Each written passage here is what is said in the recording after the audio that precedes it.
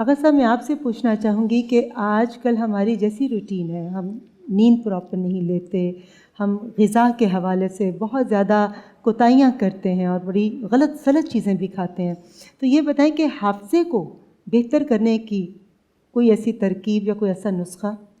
بسم اللہ الرحمن الرحیم۔ لاکھوں کروڑوں درود و سلام ہو محمد و آل محمد کی ذات اقدس پر۔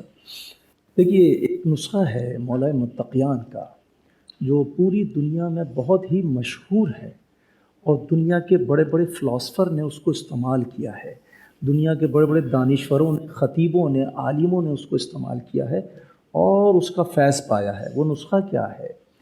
مولا متقیان فرماتے ہیں کہ 4.5 ماشا زعفران اور 4.5 ماشا شہد دونوں کو باہم ملائیے، اور سردی کے سیزن میں، پورے سیزن میں 2-4 دفعہ بھی کھائیں گے تو حافظہ آپ کا بہت زیادہ قوی ہو جائے گا۔ اس کے علاوہ رسول پاک صلی اللہ علیہ وآلہ وسلم فرماتے ہیں کہ کدو کھانے سے حافظہ بڑھتا ہے۔ یہ روایتوں میں، حدیثوں میں کدو لکھا ہے۔ پکا کر کچا پکا یا کے کس دیکھیں، کس حالت میں؟ کدو کی کھیر بنا لیجئے، کدو کا حلوہ بنا لیجئے، کدو کا سالن بنا لیجئے، کدو کا بھرتا بنا لیجئے، کسی بھی انداز سے کسی بھی انداز میں کھائیے، کدو کھائیے۔ کدو کی سیلیڈ بھی کٹ جاتی ہے، آج کل تو فیشن میں چل رہا ہے، وہ بھی کھا سکتے ہیں۔ اس کے علاوہ ایک چیز ہے کندر، میں اس ٹرانسمیشن میں کئی دفعہ اس کا ذکر کر چکا ہوں۔ کندر ایک درخت کی گوند ہے، کندر کو چبانے سے، مطلب چنگم کی طرح سے چبائیے، حافظے کو قوی کرتا ہے۔ اگر کوئی چاہتا ہے کہ میرا حافظہ بہت تیزی سے قوی ہو جائے تو صبح نہار منہ تھوڑی سی کندر اور تھوڑا سا شہد دونوں کو باہم ملا کے اگر کھائیں گے تو حافظہ بہت تیزی سے قوی ہو جائے گا۔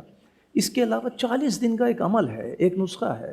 وہ نسخہ یہ ہے کہ 7 دانے بادام کے، 7 دانے بادام کے اور 10 گرام تقریباً سونف اور 10 گرام مصری، دونوں کو، تینوں کو باہم ملائیے، کوٹ کے، پھٹک کے، چھان کر رات کو گرم دودھ سے روزانہ 1 چمچ لے لیجیے۔ 40 دن میں آپ کا قوی حافظہ بے انتہا قوی ہو جائے گا انشاءاللہ۔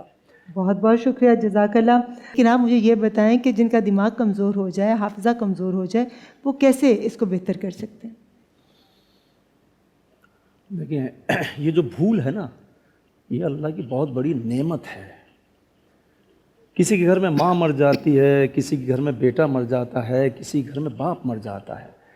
اگر یہ بھولنے کی نعمت اللہ نہیں دیتا تو مرنے والے کے غم میں بہت سارے لوگ مر جاتے ہیں۔ دیکھیے، بہت ساری اچھی باتیں لوگوں کو صرف کرنا آتی ہیں، لیکن اس کو عمل کر کے بتانا بہت مشکل ہے۔ اب لوگ کہتے ہیں کہ ہمارا سگا مر گیا، ہم اس کے غم میں جی نہیں سکتے، مر جائیں گے۔ مرتا کوئی نہیں ہے، سب کہنے کی حد تک ہوتا ہے۔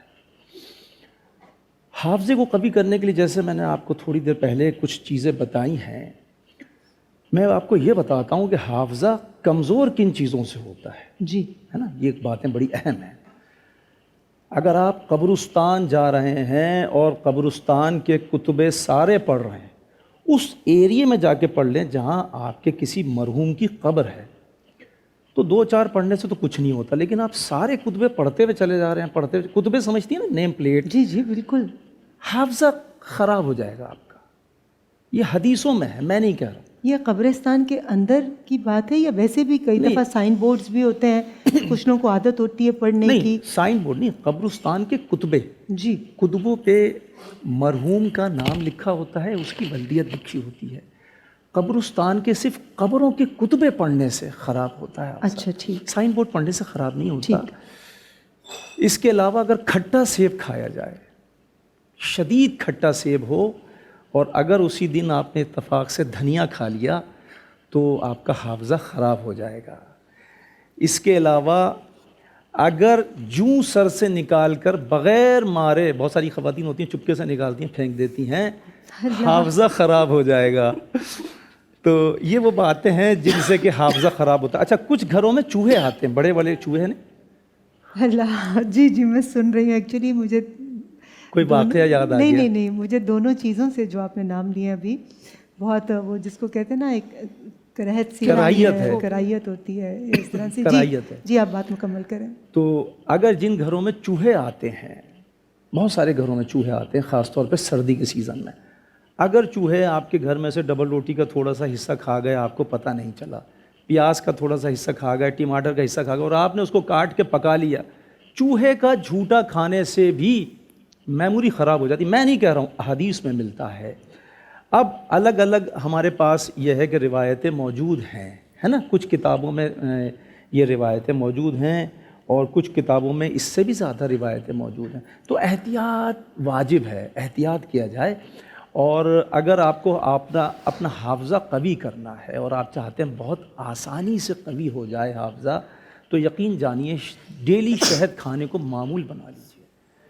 رسول اکرم صلی اللہ علیہ وآلہ وسلم فرماتے ہیں اگر آپ نے روزانہ معمول بنا لیا شہد کھانے کو، آپ کا حافظہ قوی رہے گا ہمیشہ مرتے دم تک. بہت بہت شکریہ.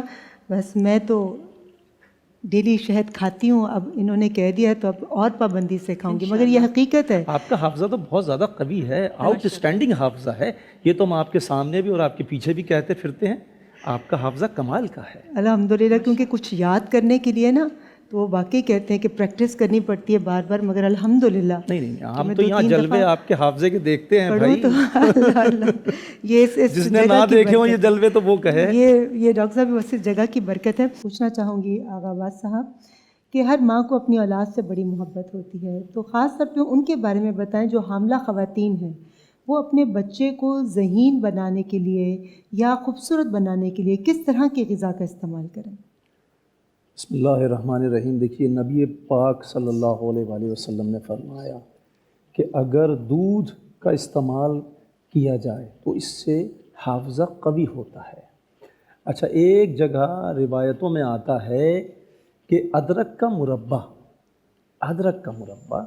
شہد میں پڑا ہوا ہو، شیرے میں نہیں شہد میں پڑا ہو، صبح نہار منہ 3 ڈلیاں کھائی جائیں، 3 ڈلیاں کھائی جائیں، اور اس کے بعد دن بھر کے کھانے میں تھوڑی سی رائی کھائی جائے تو حافظہ بہت زیادہ قوی ہو جاتا ہے. اچھا، حاملہ اگر کوئی خاتون چاہتی ہیں کہ اپنے بچے کا حافظہ تیز اور قوی رکھیں تو سورہ مدثر کو 29ویں پارے میں ہے، سورہ مدثر کو اگر حفظ کر لیں تو ان کا بچے کا حافظہ بہت زیادہ قوی ہو جائے گا. اگر 100 مرتبہ آیت الکرسی دن بھر میں ایک مرتبہ بھی ایک دفعہ، یعنی کہ ایک ایپیسوڈ، 100 مرتبہ کا ایک ایپیسوڈ اگر نکالیں، اگر پڑھیں 100 مرتبہ آیت الکرسی، تو دیکھیں گے کہ ان کے بچے کا حافظہ بہت زیادہ قوی ہو جائے گا. اتنا قوی ہوگا کہ بچہ یا شاید خطیب پیدا ہو جائے. یعنی خطیبوں کا حافظہ بہت قوی ہوتا ہے. تو ایسا بھی آیا ہے کہ اگر خطیب بنانا چاہتے ہیں والدین، ماں اپنے بچے کو خطیب بنانا چاہتی ہے تو وہ آیت الکرسی کا ورد کرے روزانہ 100 مرتبہ.